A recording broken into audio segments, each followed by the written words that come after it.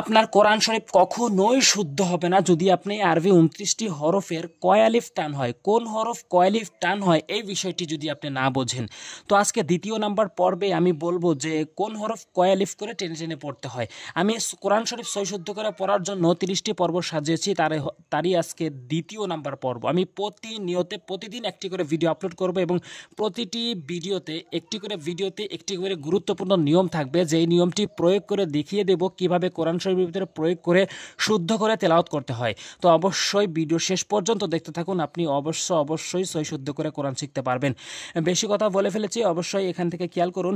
প্রথম দুইটি হরফ রয়েছে, এই দুইটি হরফ হচ্ছে আপনি টেনে পড়বেন না, কখনোই টেনে পড়া যাবে না। আলিফ সাধারণভাবে উচ্চারণ করে দেবেন। আলিফ উচ্চারণ করার ধরন হচ্ছে উপরের দাঁতগুলো নিচে ঠোঁটে রাখবেন। আমি কি বলছি এটি খেয়াল করবেন। আলিফ আলিফ, এরপর রয়েছে হামজা, এটি হলকের শুরু থেকে উচ্চারণ হয়, এভাবে সহজ করে বলে দিবেন হামজা, কোনো টান হবে না। তো এই দুইটি হরফের উচ্চারণ কখনোই টান হয় না। এরপরে রয়েছে হা থেকে নিয়ে ইয়া পর্যন্ত 12টি হরফ রয়েছে। এই 12টি হরফের উচ্চারণ এক আলিফ করে টেনে পড়তে হবে এবং উচ্চারণটি অবশ্যই খেয়াল করবেন। উচ্চারণটি হচ্ছে মেইন। কোরআন শরীফ সহিশুদ্ধ করে পড়ার জন্য এক নম্বর উচ্চারণটা হচ্ছে মেইন এবং দ্বিতীয়তে হচ্ছে নিয়ম কারণ শিখে প্রয়োগ করে শুদ্ধ করে তেলাওয়াত করা। এরপর হচ্ছে হাটি হলকের শুরু থেকে উচ্চারণ হয় এবং এক আলিফ টেনে পড়বেন এক আলিফ পরিমাণ 2 সেকেন্ড পরপর দুইটি আঙ্গুল তুলতে যতক্ষণ সময় লাগে ততক্ষণ।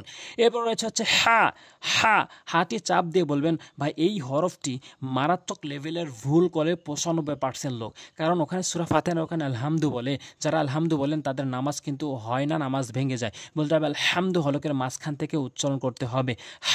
এরপর রয়েছে হচ্ছে তা জিব্বার আগা দুইটি দাঁতের গোড়াতে লাগাবেন এবং এক আলিফ টেনে পড়বেন। তা জিব্বার আগার সামনে দুইটি দাঁতের গোড়া, তা এক আলিফ টেনে পড়তে হবে। তা এরপর হচ্ছে ত ত ত হরফটি জিব্বার আগা এবং সামনে দুইটি দাঁতের গোড়া থেকে উচ্চারণ করবেন। এক আলিফ টেনে পড়বেন। এরপর হচ্ছে ঝা, খুবই কঠিন একটি হরফ আমি মনে করি। উচ্চারণের দিকটা জিব্বার আগাটা ভালো করে বুঝবেন কি বলছি। জিব্বার আগাটা উপরে নিচে দুইটি দাঁত বন্ধ করার পর যে মাঝখানটি তৈরি হয় অথবা উভয় দাঁতের আগার সঙ্গে জিব্বার আগাটা লাগাবেন। ঝা সিন সদ, এই তিনটি হরফের উচ্চারণ একই রকম, এক আলিফকে টেনে পড়বেন। এরপর হচ্ছে এটি ঝাটা শুধু এক আলিফ টেনে পড়বেন, বাকিগুলো 3 আলিফ রয়েছে। এরপর হচ্ছে জিব্বার আগা সামনে দুটি দাঁতের আগাতে লাগাবেন জিব্বার। এই মাখরাজগুলো যদি আপনার ঠিক থাকে, মাখরাজ কাকে বলা হয়? উচ্চারণের স্থানগুলোকে মাখরাজ বলা হয়। আপনার যদি মাখরাজ ঠিক থাকে তাহলে আপনার কোরআন শরীফ শুদ্ধ করে পড়তে পারবেন। মাখরাজ কাকে বলা হয়? কখনো দাঁতের আগা থেকে, কখনো দাঁতের গোড়া থেকে, কখনো জিব্বার মাঝখান, কখনো জিব্বার গোড়া, কখনো জিব্বার আগা, এইভাবে যে জায়গা থেকে উচ্চারণ হচ্ছে এই জায়গাগুলোর নাম হচ্ছে মাখরাজ। তো মাখরাজ আপনার ঠিক রাখতে হবে। এরপর হচ্ছে হরফটি জিব্বার আগা দাঁতের আগা থেকে, জিব্বার আগা দাঁতের আগা থেকে। নর্মালি কে অধিকাংশ লোক বলে, আউযু বিল্লাহ বলতে হবে আউযু বিল্লাহ। এরপরে কে সৎ ও সিনে উচ্চারণ করে থাকে, এখানে বলতে হবে, বলা যাবে না, বলতে হবে।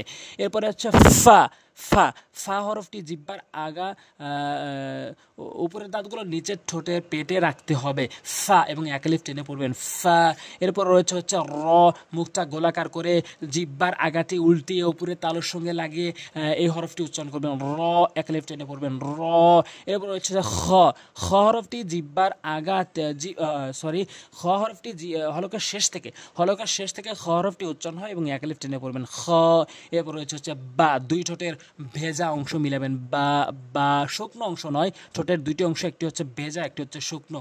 তো এই ভেজা অংশ মিলিয়ে বা এভাবে উচ্চারণ করবেন এবং এক আলিফ টেনে পড়বেন। এরপর হচ্ছে ইয়া, এই দুইটি হরফ সেম একটি হরফ, এখানে দুইটি আকৃতি। ইয়াটি জিব্বার মাঝখান উপরে তালু থেকে উচ্চারণ হয়, এক আলিফ টেনে পড়বেন ইয়া।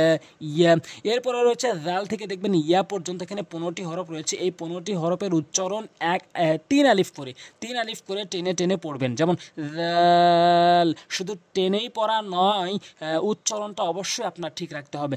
জাল, জিব্বার আগা এবং সামনে দুটি দাঁতের আগার সঙ্গে মিলিয়ে এভাবে 3 আলিফ টান দিবেন, জাল। এরপরে বলবেন দদ, এখানে দদটি জিব্বার গোড়া জিহ্বার গোড়ার কিনারাটা উপরে তালুর সঙ্গে লাগাবেন, জিহ্বার গোড়ার কিনারাটা মাড়ির সঙ্গে লাগাবেন।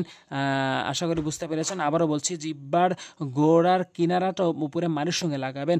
বদ। এরপর রয়েছে কাফ, জিহ্বার গোড়া থেকে একটু আগে বাড়াইয়া সেই অংশটি উপরে তালুর সঙ্গে লাগাবেন, জিহ্বার গোড়া থেকে একটু আগে বাড়াইয়া সেই অংশটা উপরে তালুর সঙ্গে লাগাবেন, কাফ, এবং 3 আলিফ টেনে পড়বেন। এরপর রয়েছে কফ, কফ হরফটি অবশ্যই আপনার জিহ্বার গোড়া থেকে উপরে তালুতে লাগাবেন, না হয় এই হরফটি 95% লোক ভুল করে থাকে।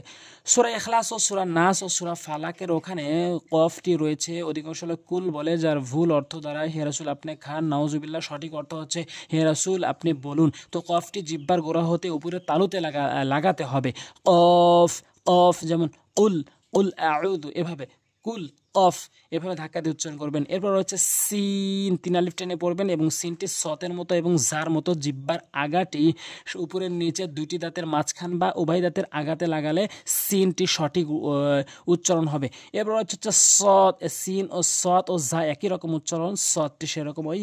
তো আপনার জিহ্বার আগাটি উপরে নিচে 2টি দাঁতের আগাতে লাগাবেন, সদ।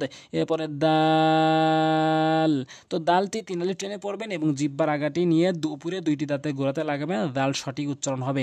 এরপরে লাম, সহজ উচ্চারণ বললেই হবে, 3 আলিফ টেনে পড়তে হবে। এরপর আইন, মারাত্মক লেভেলের ভুলগুলোর মধ্যে অধিকাংশ লোক ভুল করে, সেটি হচ্ছে আইন বলে আইন, মানে সূরা ফাতিহার ওখানে আলহামদুলিল্লাহি রাব্বিল আলামিন বলে, যারা আলামিন বলেন তাদের নামাজ ভেঙে যায়, বলতে হবে আলামিন।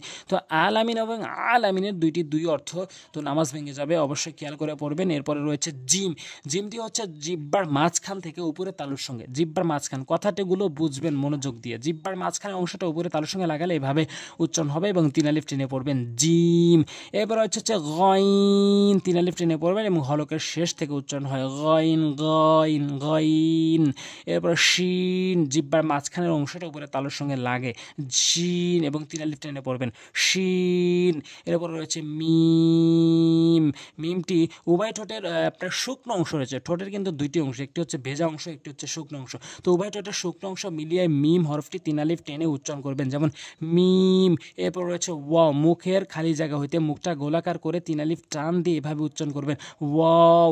এরপর রয়েছে নুন, নুনটি মুখটি গোলাকার করে 3 আলিফ টেনে উচ্চারণ করবেন, নুন। তো আমার পরবর্তী ভিডিওগুলো যদি আপনি দেখতে চান অবশ্যই সাবস্ক্রাইব করে রাখুন, আর ভিডিওতে লাইক দিন, আর শেয়ার করুন আপনার হোয়াটসঅ্যাপে, আপনার মেসেঞ্জার, আপনার ফেসবুকে, সোশ্যাল মিডিয়া সাইটগুলোতে আপনি শেয়ার দিয়ে রাখুন, যাতে করে প্রত্যেকে, আপনার বন্ধুবান্ধব প্রত্যেকে শিখতে পারে, এতে আপনার সওয়াব হবে। আজ এ পর্যন্তই। আসসালামু আলাইকুম ওয়া রাহমাতুল্লাহি ওয়া বারাকাতুহু।